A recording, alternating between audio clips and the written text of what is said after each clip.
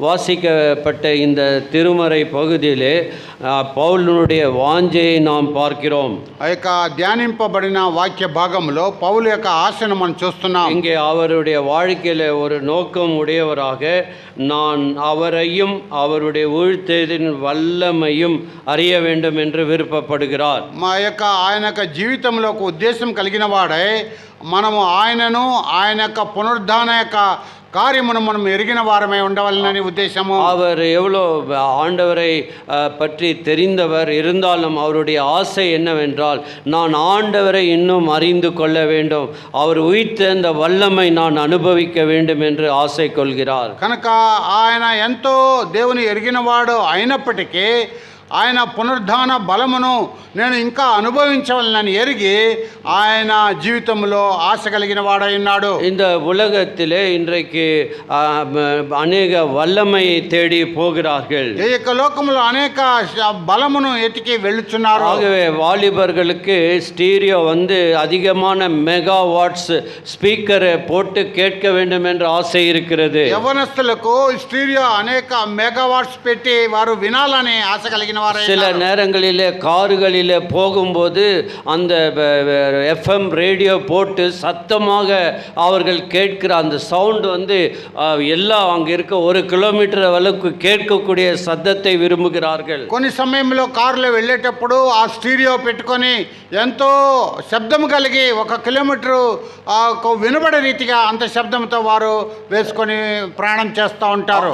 ஆட்டோமொபைலை நேசிக்கிறவர்கள் நல்ல அதாவது engine power அதிகமாக ஹெச்பி பவர் வேண்டும் என்று நினைக்கிறார்கள். ఆటోమొబైల్ను ప్రేమించేవారు ఆ హెచ్డి పవర్ ఎక్కువగా ఇంజిన్ యొక్క ఆ యొక్క వెలాసిటీ ఎక్కువగా ఉండాలని వారు ఆశపడతారు. அவர்களுடைய காரியம் என்னவென்றால் துரிதமாக வேகமாக வல்லமையாக போக வேண்டும் என்று விருப்பப்படுகிறார்கள். వారి ఉద్దేశం ఏమిటంటే వెంటనే తక్షణమే వేగంగా అక్కడ చేరవాలనే ఉద్దేశం. ஒரு நாட்டிலிருந்து இன்னொரு நாட்டுக்கு போகிறவர்கள் அவர்கள் நல்ல ஒரு விமானம் ஃபாஸ்டாக போகக்கூடிய ஜெட் என்ஜினை தெரிந்து கொள்கிறார்கள். కనుక ఒక దేశం నుండి ఇంకొక దేశంకి వెళ్ళేవారు మంచి విమానము సౌకర్యమును జెట్ ఇంజిన్ గల విమానమును ఏర్పరచుకొని వాటిలో ప్రయాణం చేస్తారు. ஒரு அமெரிக்காவுக்கு போக 16 ஹவர் எடுத்தால் இன்னொரு ஜெட் ஏர்லைன் 12 ஹவருக்குள்ளே உன்னை சேர்க்கிறேன் என்று சொல்லுகிற அந்த விமானத்தை தெரிந்து கொள்கிறார்கள். కనుక ఒక అమెరికాకు వెళ్ళే ఒక విమానం 16 గంటలు పట్టితే ఇంకొక జెట్ విమానము 10 గంటలనే చేస్తాననగా ఆ విమానమును ఎంచుకుంటారు. ஏனென்றால் நாம் இந்த உலகத்திலே பவர்ஃபுல் திங்ஸை எதிர்பார்க்கிறோம். நாம் வேகமாக செய்ய வேண்டும், வல்லமையாக செய்ய வேண்டும் என்ற எதிர்பார்ப்பு நம்மிடத்தில் இருக்கிறது. ఎందుకనగా ఈ లోకములో మనం అనేక శక్తులు బలము కలిగిందిగా మనము ఆశిస్తున్నాం. ఎందుకంటే వేగముగా ప్రయాణం చేయాలి, ఇంకా బలముగా మనము నడవాలి అనే ఉద్దేశం కలిగిన వారమే. ராக்கெட் அனுப்புகிறவர்கள் அதை அனுப்பும்போது சேட்டலைட் அனுப்பும்போது அதற்கு வேகமாக அந்த ராக்கெட் போய் சேர வேண்டிய இலக்கத்தை சேர வேண்டும் என்று வேகமாக அந்த சக்தியை இழக்கக்கூடிய காரியங்களை உபயோகப்படுத்துகிறார்கள். రాకెట్ అంతరిక్షంలో పంపించేవారు ఆ యొక్క వేగమును నియంత్రించి ఎంత వేగంతో అది వెళ్ళి అక్కడ ఆ యొక్క ఆర్బిట్లో చేరాలో దాన్ని లెక్క కట్టి అంత వేగముగా సిద్ధపరిచి వాటిని పంపుతారు. சகோதரன் கூட ஸ்ரீஹரிகோட்டாவிலே அவர் ஏவுகணைகளை ஓட்டக்கூடிய அந்த ராக்கெட்டுகளை அங்கே கொண்டு போய் வைக்கிறவராக இருந்தார், அவருக்கு தெரியும்.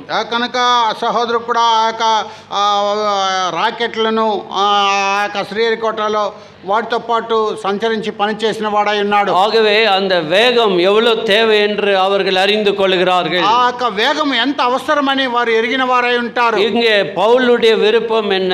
நான் உயிர்த்தெழுதலின் வல்லமை அறிந்து கொள்ள வேண்டும். కనుక ఆ యొక్క పౌలు యొక్క ఉద్దేశం ఏంటంటే పునరుద్ధాన శక్తిని నేను ఎరగవలెను. இந்த வல்லமை தான் ஒரு கிறிஸ்தவனை நாளுக்கு நாள் மாற்றுகிறதா இருக்கிறது. ఈ యొక్క బలమే ఒక క్రైస్తవుని దిన ప్రతిదినము మార్చేదిగా ఉంటుంది. ஆகவே அந்த உயிர்த்தெழுதலின் வல்லமை நான் அறிந்து கொள்ள வேண்டும். కనుక ఆ యొక్క పునరుద్ధాన శక్తిని మనం ఎరిగి ఉండవలెను. இந்த உயிர்த்தெழுதலின் வல்லமை என்றால் என்ன என்று நாம் புரிந்து கொள்ள வேண்டும். పునరుద్ధాన శక్తి అనగా ఏమని మనము అర్థం చేసుకొనవలెను. இயேசு கிறிஸ்துவை மரித்தோரிலிருந்து எழும்ப பண்ணின வல்லமை தேவனுடைய வல்லமை, உயிர்த்தெழுதின் வல்லமை.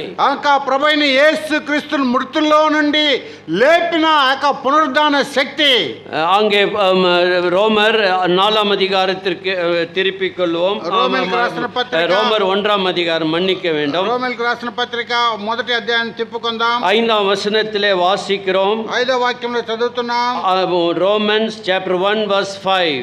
రోమీయులకు రాసిన పత్రిక 1వ అధ్యాయం 5వ వాక్యం. மாம்சத்தின்படி தாவீதின் சந்நிதியிலே பிறந்தவரும் பரிசுத்தமுள்ள ஆவியின்படி தேவனுடைய சுதன் என்று மரித்தோரிலிருந்து உயிர்த்தெழுந்தலினாலே பலமாய் ரூபிக்கப்பட்ட தேவகுமாரனுமாயிருக்கிறார். కనుక ఆ యేసుక్రీస్తు శరీరం బట్టి దావీదు సంతానముగాను, మృత్యులో నుండి పునరుద్ధరణమైన పరిశుద్ధమైన ఆత్మను బట్టి దేవుని కుమారుడుగాను ప్రభావంతో నిరూపింపబడిను. ஆகவே பார்க்கிறோம், அங்கே பலமாய் உயிர்த்தெழுந்தார் என்று பலமாய் ரூபிக்கப்பட்ட வல்லமையாக இருக்கிறது. ప్రభావముతో నిరూపింపబడిన ఆ పునరుద్ధరణైన పరిశుద్ధమైన ఆత్మను బట్టి మరణத்தை ஜெயித்த தேவன் நம்மோடு அந்த வல்லமை பகிர்ந்து கொள்கிறார். కనుక మరణమును జయించిన ఆ పునరుద్ధాన శక్తిని మనతో పంచుకొనుచున్నాడు. நம்முடைய விசுவாசம் அங்கே எதன் மேலே இருக்கிறது என்றால் இயேசு உயிர்த்தெழுந்தார் என்ற அந்த ஆதாரத்திலே நாம் நிற்கிறோம். మన యొక్క విశ్వాసం దేని మీద ఉన్నట్లంటే ప్రభువైన యేసుక్రీస్తు పునరుద్ధానుడైన ఆధారం కలిగిన వారమే మనం నిలబడి ఉన్నాం. 1 కొరింథీయులు 15ஆம் அதிகாரம், 1 కొరింథీయులకు రాసిన పత్రిక 15వ అధ్యాయము 17ஆம் வசனம் கூறுகிறது. 17వ వాక్యం సెలవిస్తున్నది. 1 Corinthians 15 verse 17, கிறிஸ்து எழுந்திராவிட்டால் உங்கள் விசுவாசம் வீணாயிருக்கும், நீங்கள் இன்னும் பாவங்களிலே இருப்பீர்கள். క్రీస్తు లేపబడిన ఎడల మీ విశ్వాసం వ్యర్థమే, మీరు ఇంకను పాపములోనే ఉన్నారు. ஆகவே கிறிஸ்து எழுந்திராவிட்டால் விசுவாசம் வீணாயிருக்கும். கிறிஸ்து లేపబడిన ఎడల మీ విశ్వాసం వ్యర్థమే. நம்முடைய விசுவாசம் வீணாய் அல்ல, தேவன் ஒரு உயிர்த்தெழுதலின் சக்தியை நமக்கு வைத்திருக்கிறார். మన యొక్క విశ్వాసం వ్యర్థం కానేరదు, దేవుడు మనకు పునరుద్ధాన శక్తిని ఇచ్చి ఉన్నాడు. இந்த உயிர்த்தெழுதல் வல்லமை ரட்சிக்கிற வல்லமையாக இருக்கிறது. ఇక పునరుద్ధాన శక్తి మనల్ని రక్షించే శక్తి అయి ఉంటున్నది. A dead savior cannot be savior at all. ஒரு செத்து போன ரட்சகர் நமக்கு ரட்சகராய் இருக்க முடியாது. మృతుడైన రక్షకుడు మనల్ని రక్షించనేరడు. அவர் ஜீவிக்கிற ரட்சகராய் இருக்கிறார். ఆయన జీవించే రక్షకుడై ఉన్నాడు. ஆகவே அவர் என்றென்றைக்கும் சதா காலங்களில் உயிரோடவராய் இருக்கிறார். ఆయన నిత్యము, ఆయన సదాకాలము జీవించే రక్షకుడై ఉన్నాడు. ரோமர் 10ஆம் அதிகாரம், రోమీయులకు రాసిన పత్రిక 10వ అధ్యాయం 9ஆம் వசனத்தை வாசிக்கிறேன். 9వ వాక్యం చదువుతున్నారు. அங்கே ரட்சிக்கிற விசுவாசம், ரட்சிக்கிற வல்லமை குறித்து வாசிக்கிறோம். అక్కడ రక్షింపబడు యొక్క శక్తిని గురించి, విశ్వాసం గురించి చదువుతున్నాం. என்னவென்றால் கர்த்தராகிய இயேசுவை நீ உன் வாயினால் அறிக்கையிட்டு தேவன் அவரை மரித்தோரிலிருந்து எழுப்பினார் என்று உன் இருதயத்திலே விசுவாசித்தால் ரட்சிக்கப்படுவாய். అదేమనగా యేసు ప్రభు అని నీ నోటితో ఒప్పుకొని దేవుడు మృతుల్లో నుండి ఆయనను లేపనని నీ హృదయమందు విశ్వసించిన ఎడల నీవు రక్షింపబడదువు. அவரை மரித்தோரிலிருந்து எழுப்பினார் என்று உன் இருதயத்திலே விசுவாசித்தால், కనుక ఆయన మృతుల్లో నుండి లేపినాడని నీ హృదయంలో విశ్వసించిన ఎడల அப்பொழுது ரட்சிக்கப்படுவாய். అప్పుడు నువ్వు రక్షణ పొందుతావు. அவரை விசுவாசிக்கிறவன் வெட்கப்பட்டு போவதில்லை. ఆయన విశ్వాసించేవాడు సిగ్గుపడి పోడు. அவருடைய வல்லமை ரட்சிக்கிற வல்லமையாக இருக்கிறது. ఆయన యొక్క శక్తి రక్షించే శక్తి అయి ఉంటున్నది. இந்த சுவிசேஷத்தினுடைய அம்சம் என்று சொல்லும்போது, ఇది సువార్త యొక్క అంశం అని చెప్పేటప్పుడు 1 கொரிந்தியர் 15:3 வாசிக்கிறோம். 1 కొరింథీయులకు రాసిన 15:3 చదువుతున్నాము. வேத வாக்கியங்களின்படி இயேசு கிறிஸ்து பாவங்களுக்காக மரித்து அடக்கம் பண்ணப்பட்டு வேத வாக்கியங்களின்படி 3ஆம் நாள் உயிரோடு எழுந்தார். లేఖనముల ప్రకారం క్రీస్తు మన పాపముల నిమిత్తం మృతి పొందెను, సమాధి చేయబడెను, లేఖనముల ప్రకారం 3వ దినము లేపబడెను. ஆகவே இந்த உலகம் தேவன் மரித்தார் என்று விசுவாசிக்கிறதில்லை.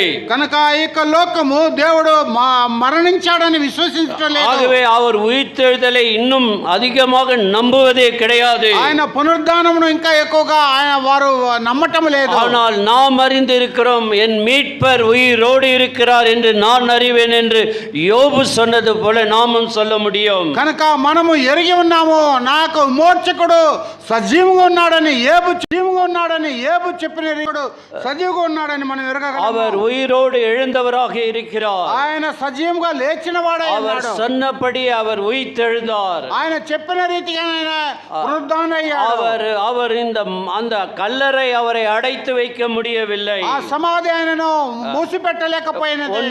அப்போஸ்தலர் 1 அதிகாரம் అపోస్తల కార్యము 1వ అధ్యాయము அங்கே வாசிக்கிறோம், அவரை மரணத்தை மரணம் அவரை கட்டுப்படுத்த முடியவில்லை என்று வாசிக்கிறோம். మరణం ఆయన బంధించి ఉండలేదని మనం చదువుతున్నాం. అక్కడ அங்கே ஒரு வசனம் இருக்கிறது. అక్కడ ఒక మాట ఉన్నది. அங்கே 2 அதிகாரம் 2వ అధ్యాయము அப்போஸ்தலர் 2:31. 2:31. அவர் கிறிஸ்துவை ஆத்மா பாதாளத்தில் விடப்படுவதில்லை என்றும் அவருடைய மாம்சம் அழிவை காண்பதில்லை என்றும் முன்னறிந்து அவர் உயிர்த்தெழுதலை இப்படி சொன்னார். క్రీస్తు పాతాళములో విడవబడలేదనియో ఆయన శరీరము కొల్లిపోలేదనియో దావీదు ముందుగా తెలుసుకొని ఆయన పునరుద్ధానమును గురించి చెప్పాను. தீர்க்கதரிசி ஆகிய தாவீது சொல்லுகிற வார்த்தை, ஆண்டவர் உயிரோடு எழுந்திருப்பார். ప్రవచనం ఇచ్చే దావీదు చెప్పే మాట, ప్రభు సజీవంగా ఉన్నాడు. அதே 24ஆம் வசனத்தில், அதே அதிகாரம் 24ஆம் வசனம் கூறுகிறது,